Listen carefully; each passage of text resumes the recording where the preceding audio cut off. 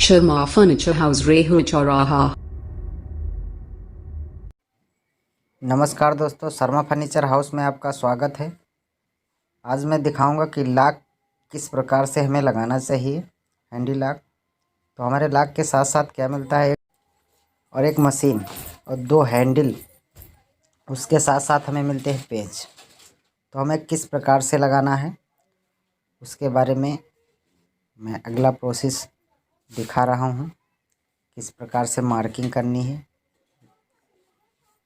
और किस प्रकार से उसको लगाना है। तो हमें सबसे पहले पल्ले में मार्किंग कर लेनी है। मार्किंग करने के बाद कुछ इस प्रकार से होल हमें कर लेने हैं सारे पल्ले में। उसके बाद ही होल को साफ़ करेंगे। होल को साफ़ करते समय मैं जिन जिन मशीनों का प्रयोग किया मैं आगे प्रोसेस में दिखा रहा हूँ। तो आज इसी के बारे में हम बताते हैं। तो हमको सबसे पहले पल्ले में मार्किंग कर लेनी है। मार्किंग करने के बाद अब हमें क्या करना है, कटर वाले तीले की मदद से हमें कुछ इस तरीके से सारे होल पूरे कर लेने हैं, ताकि हमें झाड़ने में, इस होल को साफ़ करने में आसानी मिल जाएगी। तो हमें इस प्रकार से सारे होल, तिल्ला जो होता है जितना आपका, तो जितनी आपकी मशीन, जो मशीन इसके अंदर हम डालेंगे हैंडल वाली, वो मशीन का होल जो है उतना ही करना है जितनी कि आपकी मशीन की चौड़ाई हो। चौड़ाई के हिसाब से इसका होल कर लेना है। होल, सारे होल करने के बाद कुछ इस तरीके से इसको ड्रिल को ऊपर नीचे करने के बाद साफ़ कर लेना है आसान तरीके से। अगर इस कटर के तिल्ले को हमेशा ध्यान रखना है, इधर उधर की तरफ, साइड की तरफ ना घुमाएं। पल्ले को हिलने से रोकें। पल्ला हिलेगा तो आपका बिड जो है वो साइड में जा सकता है। तो मायका दोनों तरफ लगा है तो पल्ला फट सकता है, तो फिर आपको दिक्कत होगी। तो इसके लिए हमें पल्ले को अच्छी तरीके से रोक के उसके बाद ही इस होल को साफ़ करना है। वो होल साफ़ करते समय सावधानी हमेशा रखना है, क्योंकि इधर उधर अगर गया तो पल्ला बेकार हो जाएगा हमारा। तो जो कस्टमर होगा या आपकी कंपनी में कर रहे हैं, कंपनी के माध्यम से कर रहे हैं, तो आपके पे डेबिट लगा देगा। तो उसके लिए हमें सावधानी से इसको करना है। तो होल को हम बिट की मदद से ऊपर नीचे ड्रिल करके साफ़ कर सकते हैं इस प्रकार से। और जो थोड़ा बहुत रह जाता है तो आप क्या करेंगे, चौरसी या आपके यहाँ बटालियन जो बोला जाता है उसको इस तरीके से लेके उसके बाद अच्छी तरीके से पल्ले को हम रोक करके उसके बाद साफ़ कर लेना है कुछ इस तरीके से। जैसे कि हमने देखिए मार्किंग जो लगाई है, मार्किंग के हिसाब से उस निशान पे, उस निशान से बराबर हमें इस पल्ले को साफ़ कर लेना है, होल को। तो होल को साफ़ करने के बाद हमेशा मशीन को डाल के देख लें, आपकी मशीन फिक्स जब जा रही है, कहीं लग नहीं रही है, होल को साफ़ कर लें।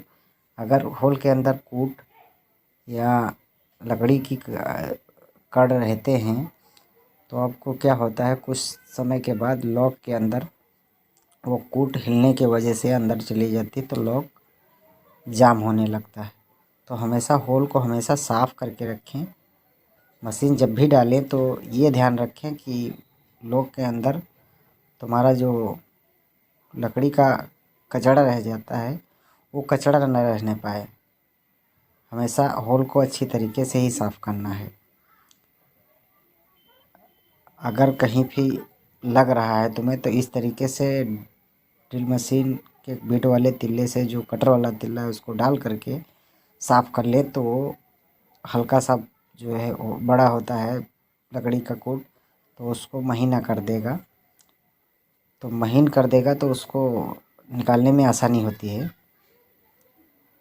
अब हमारी देखिए जो मशीन है हमारी फिक्स, उसके अंदर आ गई है, भी कुछ लग रही है तो इसको हम कुछ हल्के तरीके से झाड़ देंगे इधर उधर। तो हमें हमेशा ध्यान रखना है कि हमारी साइड जो बच रही है वो 9 mm। हमेशा किसी भी लॉक की मशीन को डालेंगे तो इधर उधर हमारी साइड बचती है 9 mm।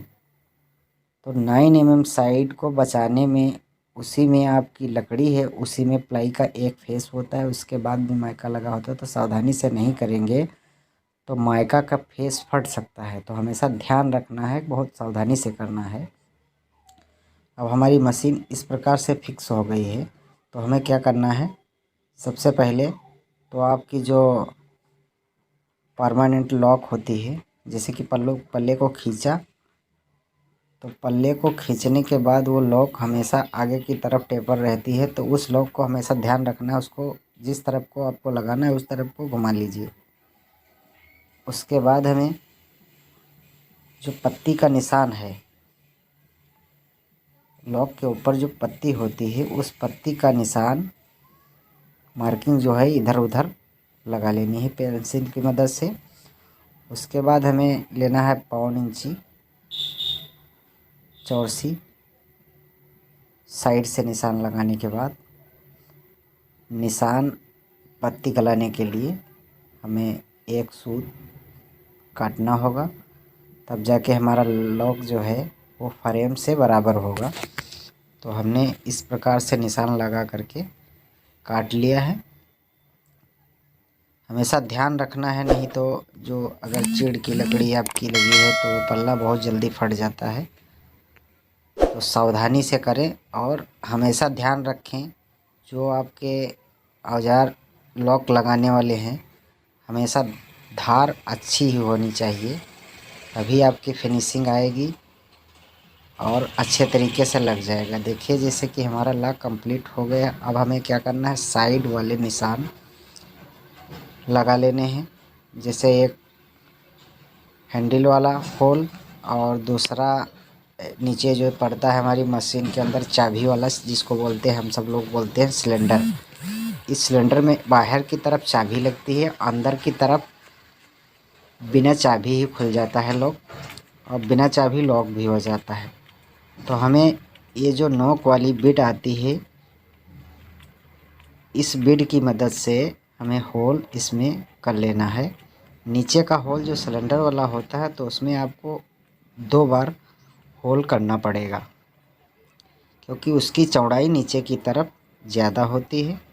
तो हमेशा ध्यान रखना है कि इसको भी चलाते समय ध्यान रखना है कि ऊपर की तरफ और नीचे की तरफ दोनों तरफ माइका लगा है, तो इसको घुमा करके हमें एक तरफ से नहीं करना है, इसको घुमा करके दूसरी तरफ से भी होल हमें कर लेना है, उसी होल में बिट को डाल करके।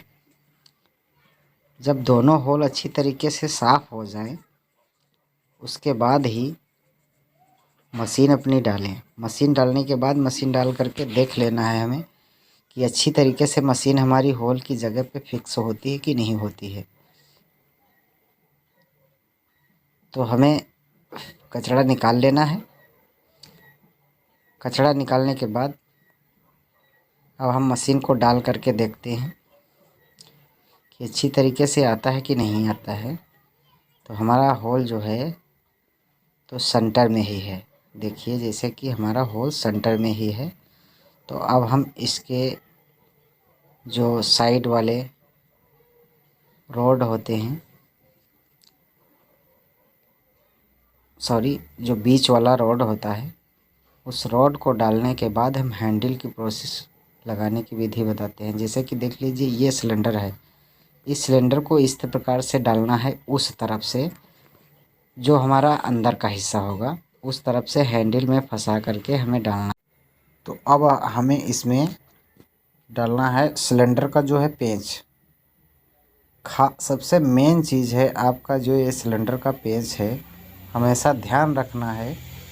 सिलेंडर का पेंच सबसे पहले हैंडल में पेंच लगाने से पहले सिलेंडर का पेंच हमें लगा लेना है, ताकि हमारा हैंडल इधर उधर नहीं होता है। अब हमें डालना है जो हैंडल वाली रॉड होती है, सबसे पहले नीचे जो हमारे पेच बचे हैं, मशीन के पेच नीचे जो लग रहा है, तो उस पेच को हम थोड़ा थोड़ा हल्का सा ठोक लेंगे। उसके बाद पेचकस की मदद से हम इसको अच्छी तरीके से कस देंगे। उसके बाद हमें डालना है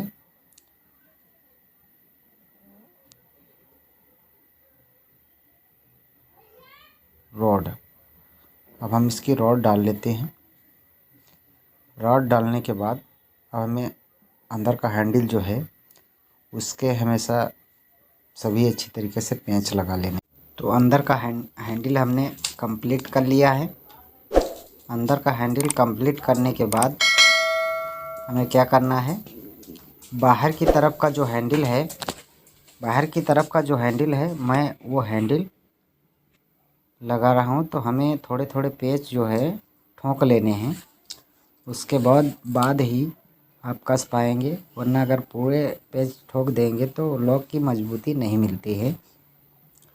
तो हम बाहर की तरफ का हैंडल भी इस तरीके से कस लेते हैं। अब हमारा लॉक जो है वो रेडी हो चुका है। तो हमें अब साइड की जो पत्ती है, जो चौखट में पत्ती लगती है, उस पत्ती को लगाना है। अब हमारा हैंडल इस तरीके से चलना। देखिए मेरा जो लॉक है वो अच्छी तरीके से वर्क कर रहा है। अब हमें बाहर अंदर की तरफ से लॉक के निशान मार्किंग कर लेने हैं।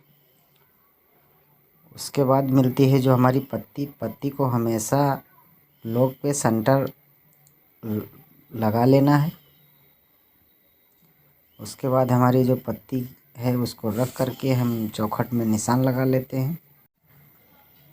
चौखट में निशान लगाने के बाद हमें होल करके पत्ती को चौखट के बराबर गला देने के बाद ही आपका दरवाज़ा कंप्लीट होगा।